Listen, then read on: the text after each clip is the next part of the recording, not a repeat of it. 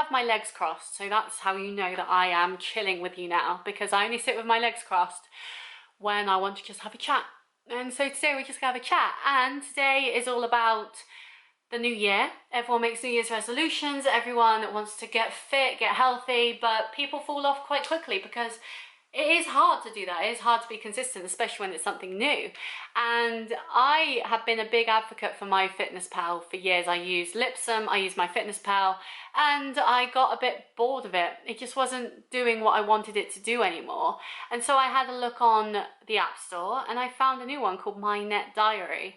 And it's really helped me at the end of 2022, and I'm hoping it'll help me into the new year as well, into this year, to really hit my goals and do something amazing. So I thought I'd share it with you today and let you know about my MyNetDiary. This isn't sponsored, I wish it was, because I use it so much. But I'm not gonna buy premium, because who uses premium, you know? Like, it annoys me, I gotta say this, it annoys me. Strava always do a year in sport, which is like Spotify wrapped, and they made it for only premium users, and I'm like, I want to know my stats, but it's fine, we're over it, new year, new me, you know, let's talk about calorie counting.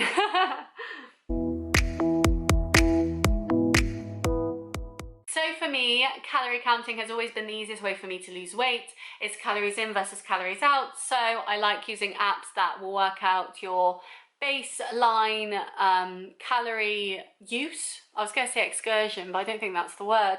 And then it will work out how many calories you need to lose weight. And I used MyFitnessPal for a while, but because you couldn't set an end date, it would give you a certain amount of calories, but it was never quite where I want to be. I know for me, I know that my daily intake of 1,500 calories will mean that I will lose weight. However, MyFitnessPal would be like 1,700, 1,200, and they'd be all over the place, and it was really annoying. So I looked into MyNetDiary, which is what we're talking about today, and the first thing that I really liked about it is you could set an end goal date. So even if you weren't going to stick to that date, but you knew that I only need 1,500 calories a day or 1,700, whatever, you could set it so that it would tell you that you could have 1,500 calories, which was really helpful. And so I would set it to a random date. I didn't really care because it didn't really matter. I just wanted that amount of calories because then I could see whether I was over it or under it or where I was at. For me, the old pen and paper and notepad way of working things out just doesn't work for me. I like having it all on my phone because I can just pull my phone out, have a look, and I'm done. It's all good. It's very easy and versatile to make it work like that.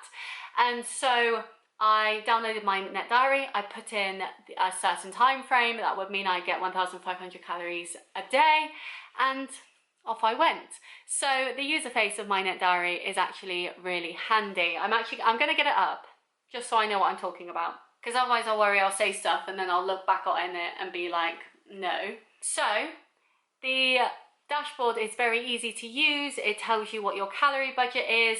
It has your meals broken down into breakfast, lunch, dinner, and snacks.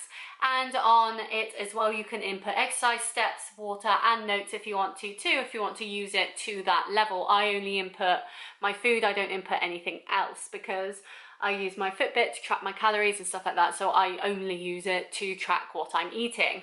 In the middle, it's shaped like an apple, which I really like, and the more food you add onto it, the greener the apple gets until you go over your calories and then it becomes red. So in each section, like breakfast, lunch, dinner, you can search and log food. You can either search manually or you can just scan the barcode. I know on Reddit lots of people were talking about the fact that MyFitnessPal were making the barcode premium only. I didn't have that issue, that's not why I left. But having the barcode here as well is really handy, and it also rates the food. Now I don't know how good this is for good and bad food, because you could look at it and think, oh, Terry's chocolate orange is an F rating because it's so full of sugar, but it's really tasty, so I'm gonna eat it.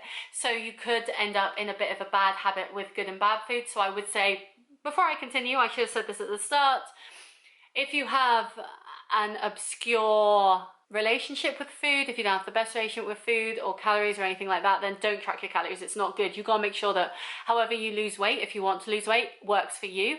This works for me, it may not work for you. So I am talking to the people who want to know about MyNetDiary and want to understand whether it's for them. So of course, if these things are triggering you or saying that this is a red flag, this isn't good for you, then please don't get it. Please don't carry on watching. Like, at any point you want to click off, because I'd rather you be safe and happy than trying to fit yourself into a box where other people are using the same thing, because that's not good at all. You've got to do it to you. So yes, it does give you a rating, and it also gives you a rating over the day. So if you have mainly, say, A to C rated foods, you get a B. And if you were, say, in the D to F category, you might get a low D or a high F or something like that. So it does rate your foods. So that can be a bit controversial, but I just ignore that. I don't really look at it. Yes, I do get a bit of a high when it's like, oh, that's an A grade food. But I try to ignore it and just log my food regardless. I know what I want to eat. I know what is good for me to eat. So I'm going to eat it anyway. That doesn't really change. So yes, you can search and log your foods. They have all different types of foods on there, which is really good. And they have different serving sizes as well, like ounces, grams, cups, whatever you want, whatever you need. It's on there. It's all good. So you can view all your meals for the day, and in there as well, it will tell you about macronutrients as well. So on there you have fat, included saturated and trans fats, salt, carbs, fiber, and protein, and sugar, I think, as well as under carbs. So you can see all that information as well, and they do give you a recommended amount to have per day.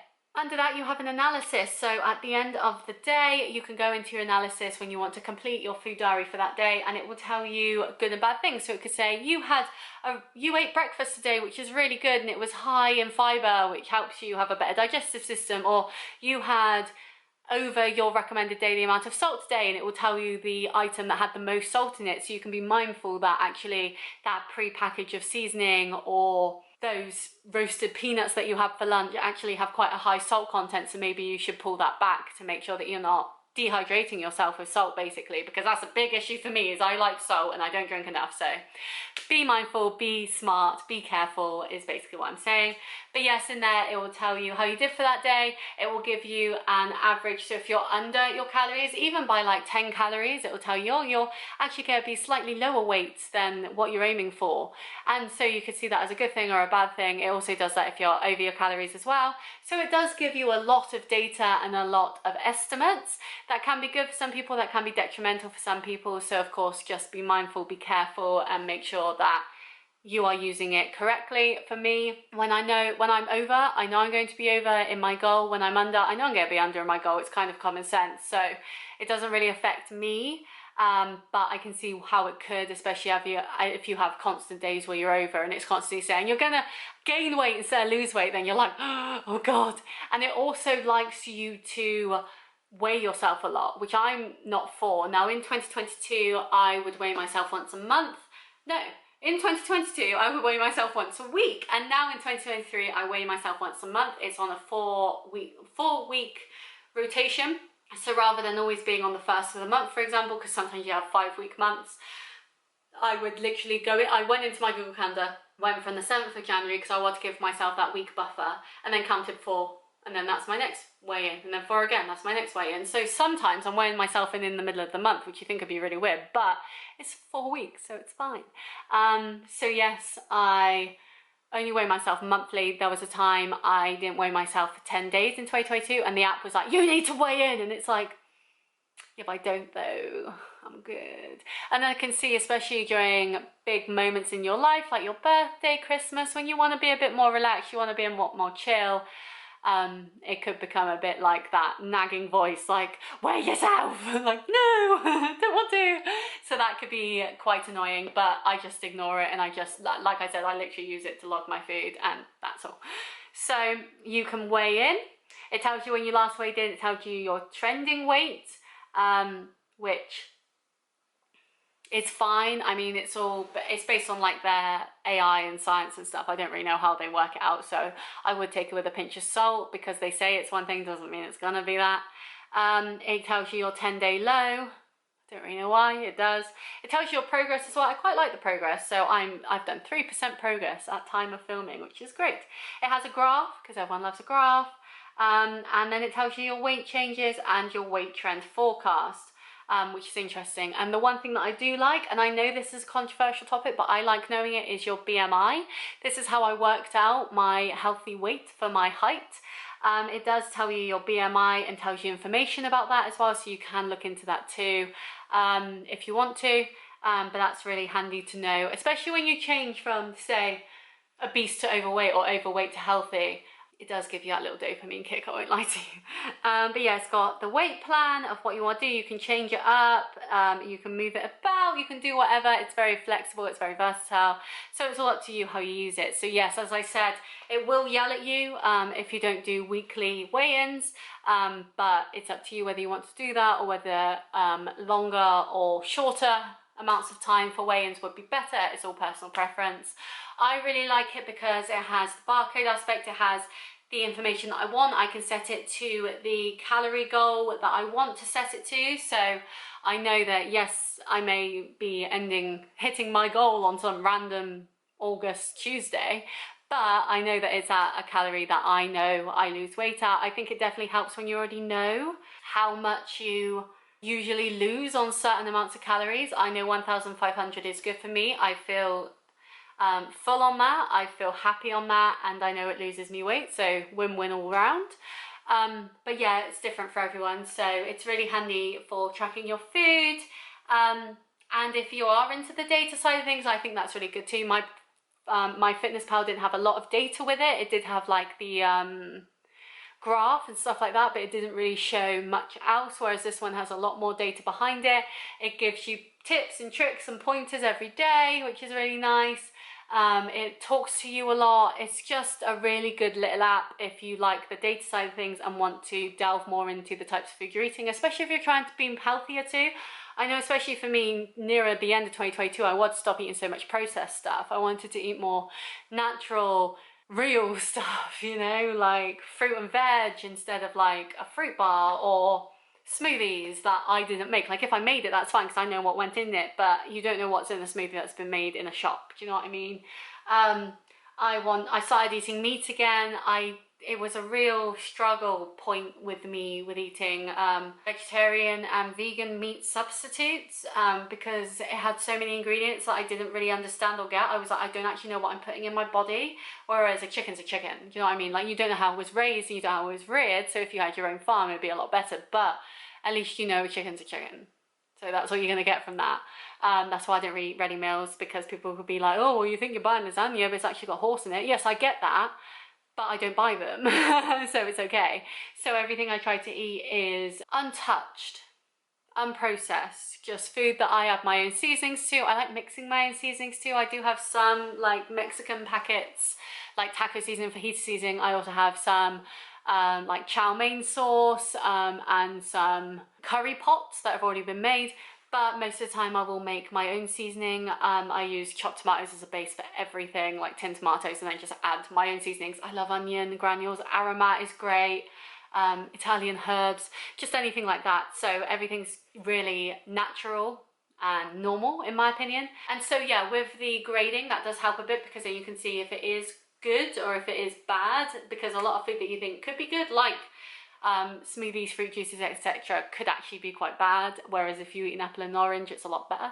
So yeah, went on a bit of a tangent there, but that's where I'm at with MyNetDiary. I do quite like it. As I said, I only use it for the calorie counting, but being able to set my own calorie amount is really, really handy, and what really sold it for me, plus the barcode, and of course how easy it is actually to use. The interface is really good, and I do like the little tips and tricks it tells you as you go along. So yeah, that's my review of MyNetDiary. I wouldn't recommend it to anyone who has good bad food relationships, because as it grades the food, it obviously makes you think about that more, and that's not good, because obviously then you'll stop eating your favorite foods because you think they're a bad grade, but then you'll end up binging them.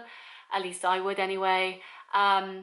It's not good if you don't like, if you worry about trends, especially where your body is going. If it's telling you, oh, you're only losing a quarter of a pound a week, then you might suddenly go into overdrive and stop eating because you want to lose more, but actually their statistics are wrong. Do you know what I mean? Like, they don't know you, you know you. It's just an app. Like, some random developers made it like, you know you best, so do you. And yeah, I really like the app. I do recommend it if you think that these things will help you with it, but yes, there are some things that could be seen as detrimental if you are the sort of person that does become obsessive over food or does worry about different types of food and can go through binge and restricting cycles. So I would be careful there, but that's the same with anything. I think calorie counting is the best diet, for me at least. Calories in versus calories out. I am on the Mediterranean diet. Maybe I'll do a video about that, but I don't really see that as a diet. I just see that as the food that I like anyway, so I'm just gonna eat it. I don't really see it as something that's restricting me or anything like that. So yeah, this is my video on MyNetDiary. I hope you found it informative. If you want any more information, leave it in the comments and I'll let you know. I don't write scripts or anything for videos. I kind of had a plan in my head of where I wanted to go, but I don't actually write a script, so sometimes I may miss out information that I wish to add and stuff like that, or there may be information I know that I didn't talk about that you want to know. So of course, always leave me a comment. I'm happy to talk. They do have a premium feature. I don't use the premium feature. I don't pay for any apps. Literally never have, never will. Don't see the point. Don't see the point. If it's not free, I don't care. Maybe that makes me stingy, but you never know when you go get rid of it. So I'm not going to spend a stupid amount of money to have an app for what may only be a few months, you know. So apart from Duolingo, I have been toying with the idea, but I don't think I will. I don't think I will, but I am toying. I am toying because it's a good app. I like Duolingo. But yeah, I hope you enjoyed this video. Please leave in the comments if you have any other questions, what you think of MyNetDiary, what your favorite calorie counting app is, how it's going for you, how your weight loss journey is, how your New Year's going, how are your resolutions going. I set goals. I did a video on it, so watch that as well if you want. It's still early in the year, so you can still set goals for your year and it will still do great things. So yeah, I hope you enjoyed this video and I will see you next time. Bye!